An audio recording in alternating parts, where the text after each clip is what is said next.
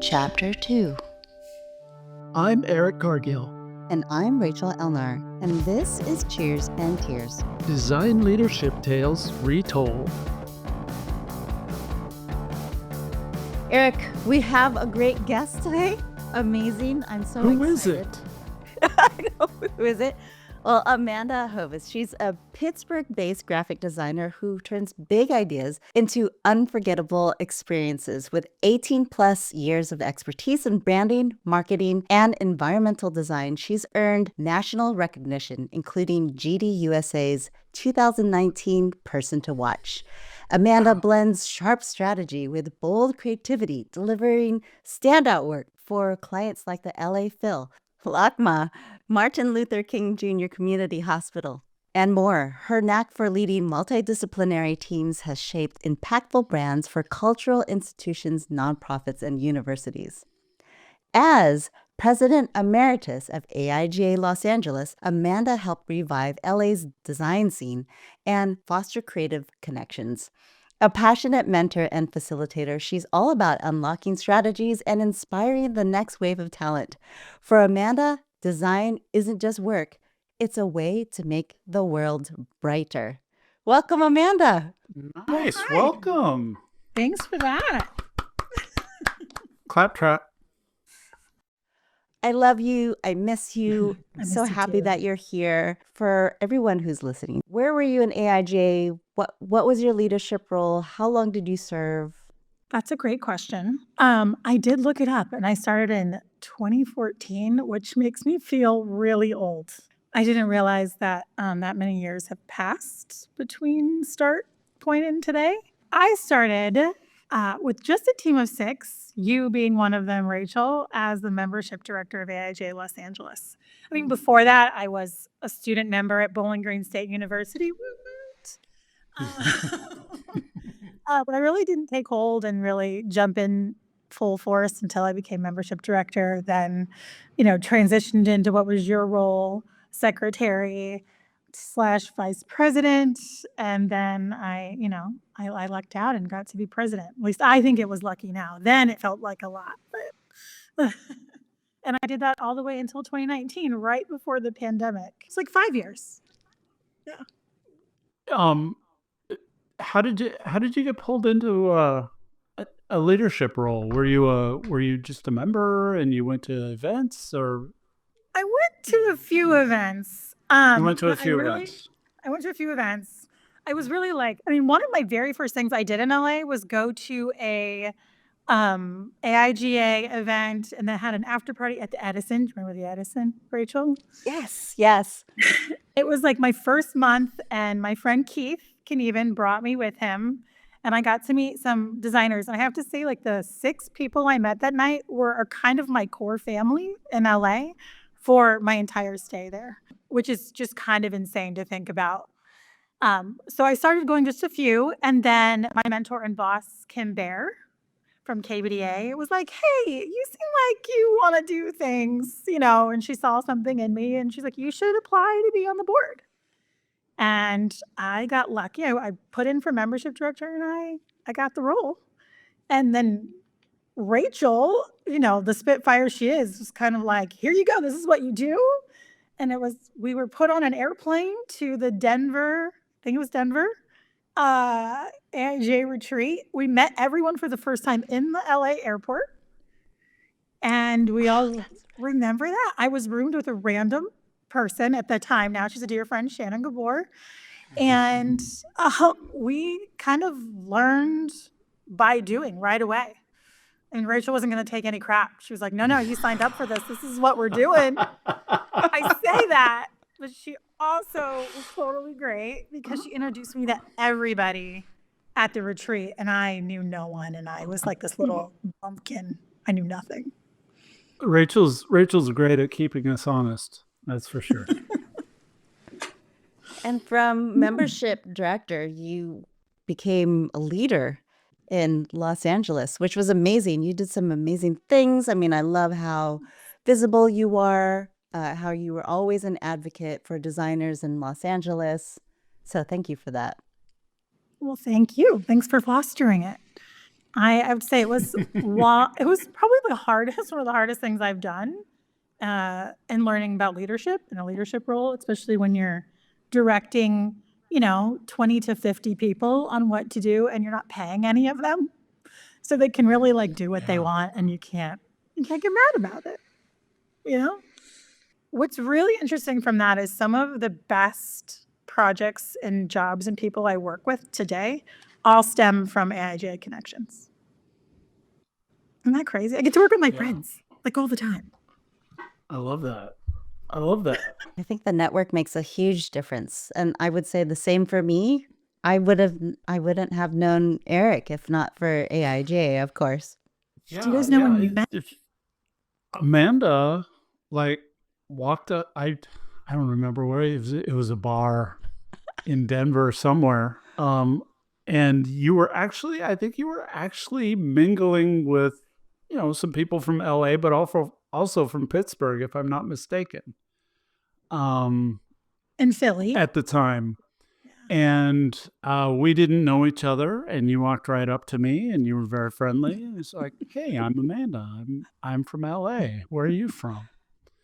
And I mean, well, we've been friends ever since. So, what was your first leadership retreat? Denver was my very first. Okay. And as I was, my only preparation for this was to look up the retreats I had been to, because I really was kind of sad that I couldn't remember everywhere. I remembered the pieces and the people, but I couldn't remember where we were, like at all. So Denver, and then we went to Grand Rapids, which was super fun. Does everybody remember that? So fun. I do remember that. I'm surprised. They did that one up. It was very like, is it Wes Anderson. Yeah, they had a Wes Anderson theme. Yeah. All the vibe. It was really great. Yeah. And then I went to Raleigh in 2016. Oh, look at us. Oh, So, look where at was us. this? Is it? I think it's Grand Rapids or Denver. Maybe it's Grand Rapids. I mean, I had to look at my thing to see what scarf I have on to then clarify on the picture. I think it was Grand Rapids. I think it was the second one because I look way too like chill. The first one I was like kind of nervous. Or we had It was so much fun. I think this is the first time we met Eric, honestly. Well, then that was Denver. Denver was my first, and then Grand Rapids. Well, it's one of the two because it's really sad.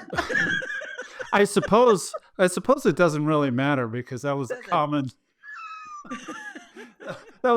setting. It was a common setting. I mean, basically, people were drinking or in pyramids. So, question to you, Amanda.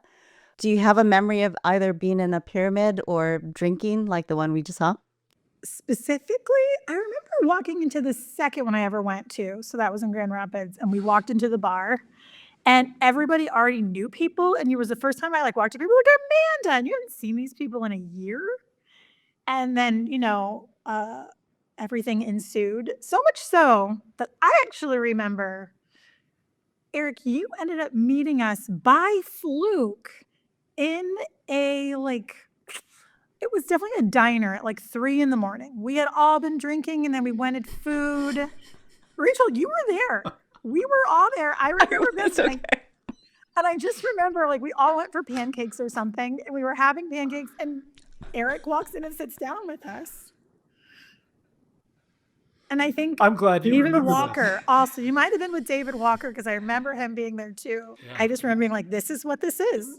You can be somewhere in the middle of the night and you're gonna run into people. Oh yeah, it was amazing, the camaraderie. Even people that I would see, I knew their face, maybe knew their first name, maybe didn't know their name, but knew that they were part of this, and then would see them out, and it was instant camaraderie. It was let's sit down and talk, and it was. I loved it. I miss it for that. It was pretty special time. Mm-hmm. I remember the first time I let someone go instead of me. And it was a really hard decision to like be like, I guess I'm not gonna go.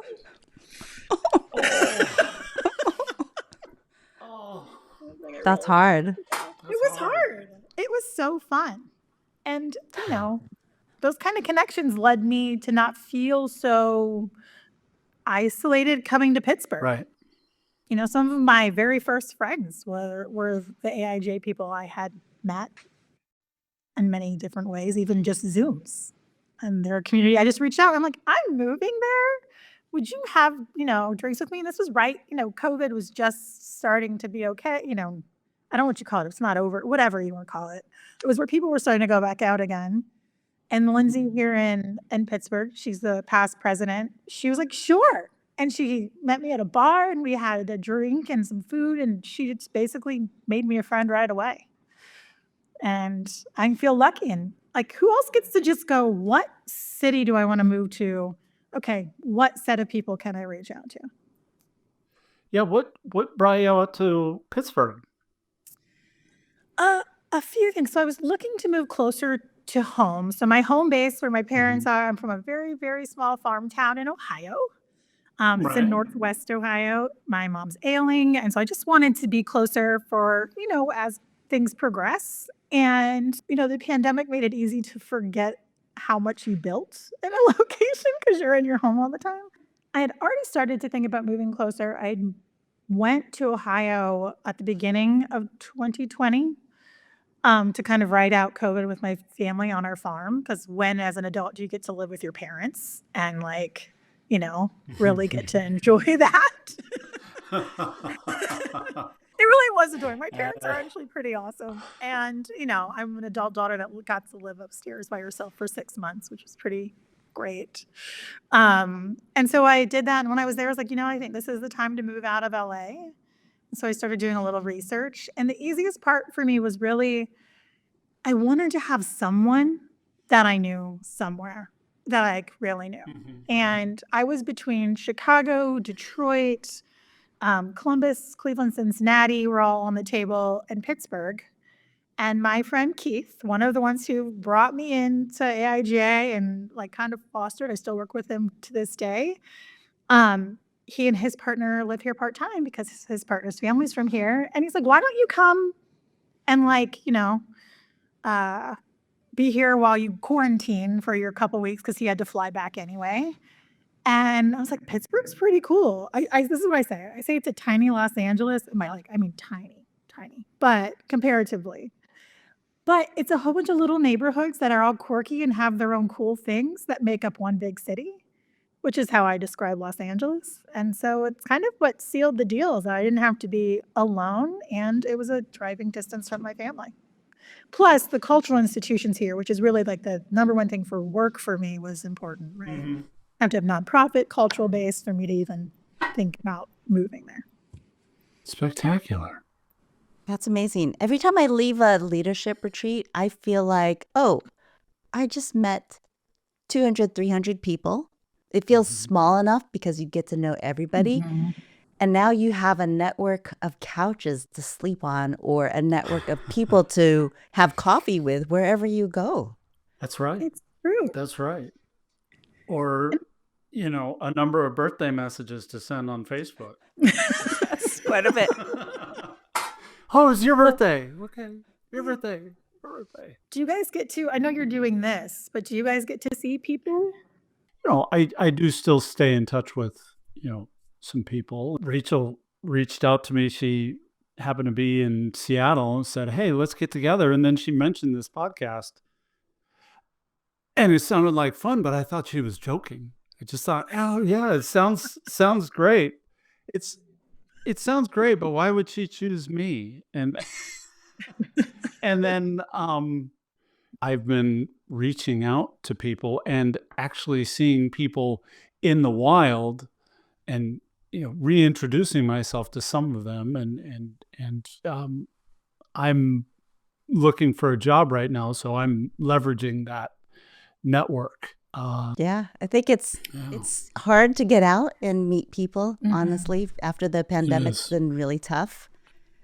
So almost every text or email or connection that you make with people is like even more meaningful.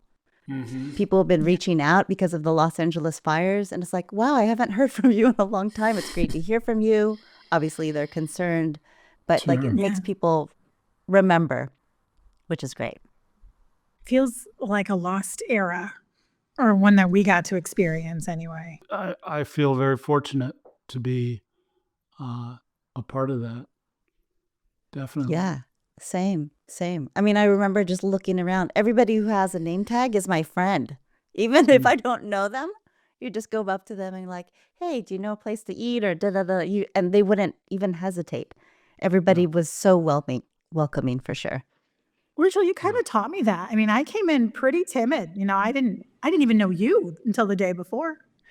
And we walked into, the first welcome bar, and I was just watching you. And you're like, oh, hi, I'm Rachel, or whatever. And like, so then you just start introducing me to people that you just met too. Like, this is Amanda. And I was like, okay, this is how we do it. So that's what Erica probably was come up to you, because Rachel showed me that that's just what you do. Aw. It might as well just get out there and meet as many people as possible. Definitely those leadership retreats made me feel so comfortable to do that. Yeah. Yeah. Well, I actually felt like I did learn a lot there too. So that was good.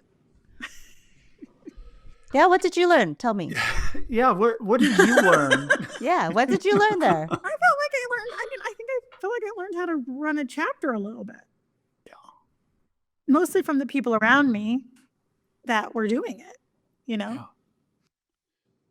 We've all been in a big role. It's hard.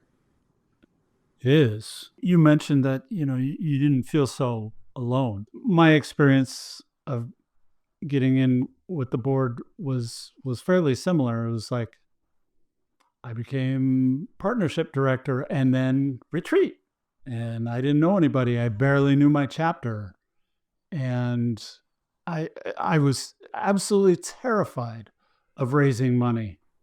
Like cold calling people. It's like, but I made it my mission to use it as a learning experience. And I failed a lot, but I was okay with it because I was just, I knew that other people were in the same position, and the connection, because it's like you almost have to be there, and I imagine the years before us, when they had their retreats, they had their stories and their slice of time. So that means we have a lot of work to do on this podcast, Eric. We have a lot of work. We have a lot of work to do. We have a lot of work to do and a lot of learning. Yeah. Rachel, when was your first retreat? Do you remember? Oh my gosh. My first retreat, yes, I won't ever forget it. I don't think I know this story. 2008. 2008? Omaha. Okay. Omaha. From what I heard, it was one of the smaller ones, meaning it wasn't in a larger city. The year prior was in Miami. So people didn't have that feeling of family. When you got to Omaha, there's just nothing to do there. So everyone stayed in the embassy suites. So everyone had room parties. And we didn't have phones. So we would use Sharpies, grab a Sharpie, and basically to remember where Philly was or Jacksonville, you would write the room number on everyone's arm. So to know where the party was, you would just look around and you would see these numbers on people's arms and you knew exactly what room to go to. Incredible. It was, I love that. It was crazy fun. And then one night we went to, we found a bar, and the whole leadership retreat, there was only maybe 180 of us. It was small back then. Wow. We went and we danced on the bar. We danced on the tables. I mean, we took over the whole bar. This was a Friday night. Saturday night, they closed because they didn't have any more alcohol. Yeah, we heard people were going back like, oh, did you go back to the bar? It's like, no, they're closed. So we heard they ran out. Drank him out of alcohol. I feel like that's a pretty big feat for a small town. Like that's all there is to do is have a drink. Yeah, it was crazy. Yeah, you have to be careful where you tell people to meet. Watch out. Oh, I'm just going to bring my friends. Only like 250 of them. They're on their way. 250 of my friends and Closest friends. Yeah. Yeah. Exactly. Don't worry, it'll be fine. and they tip well. So I'm going to ask you about, again, leadership retreat and just leadership in general, Amanda. How did your leadership experience influence your career? Like, what did you learn from AIGA and maybe the leadership retreats, or just leading a chapter, and how did it influence what you're doing now? That's interesting. I think way more than I ever thought. I was lucky enough to surround myself with really brilliant people. Not only when starting, but like as our chapter grew, we grew that great advisory board. That was another 25 people of, people from April Greiman to anybody. Like all of them kind of brought something to the table. I mean, one thing I feel like I learned is listening first.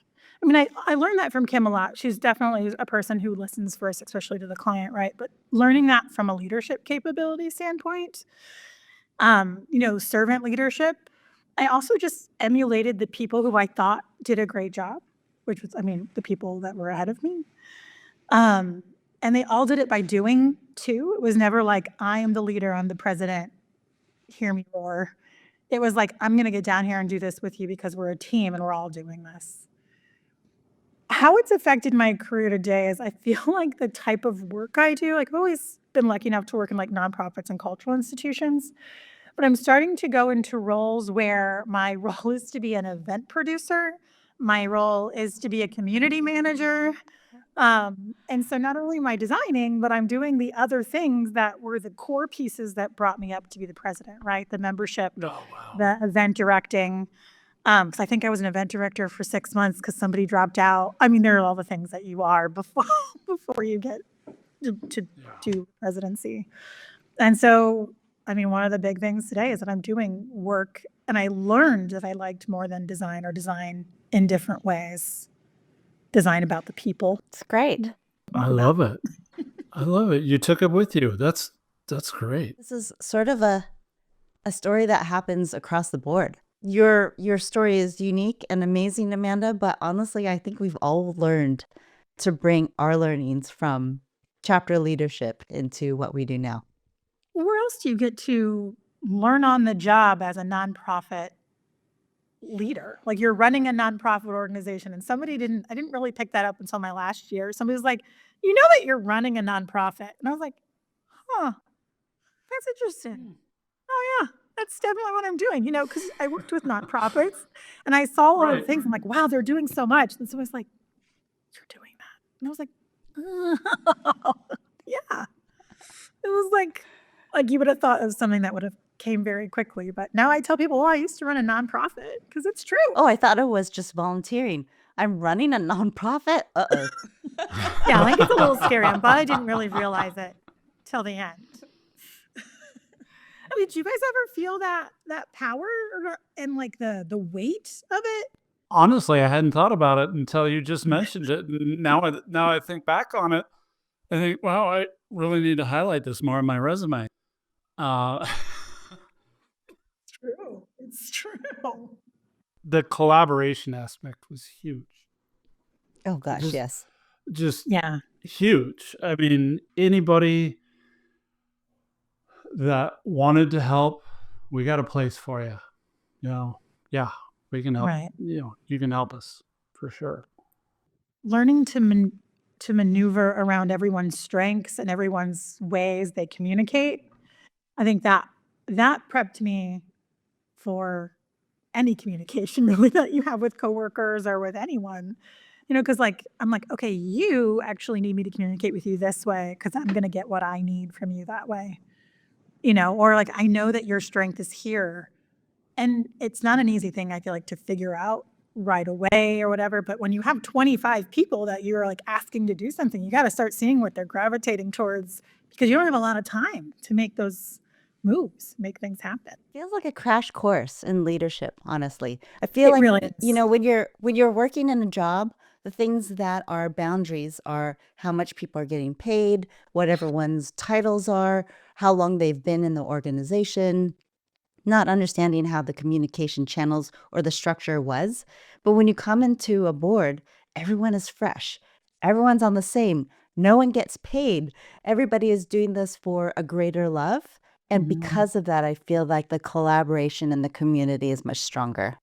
20% of the people take 80% of your time, which is something I definitely learned in leadership.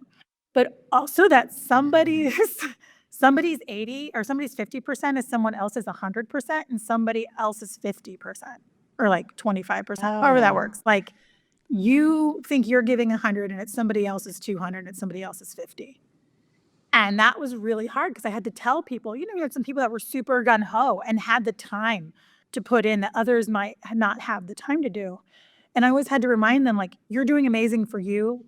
Thank you for doing what you're doing. I understand it's frustrating because you're working with people who have a full-time job or that are doing this other project or that can't get back to you in 48 hours. And it was a frustrating place because there is no rules. You're not paying anybody. So you always just had to like keep reminding myself included that like they're doing their 100% when it comes to this.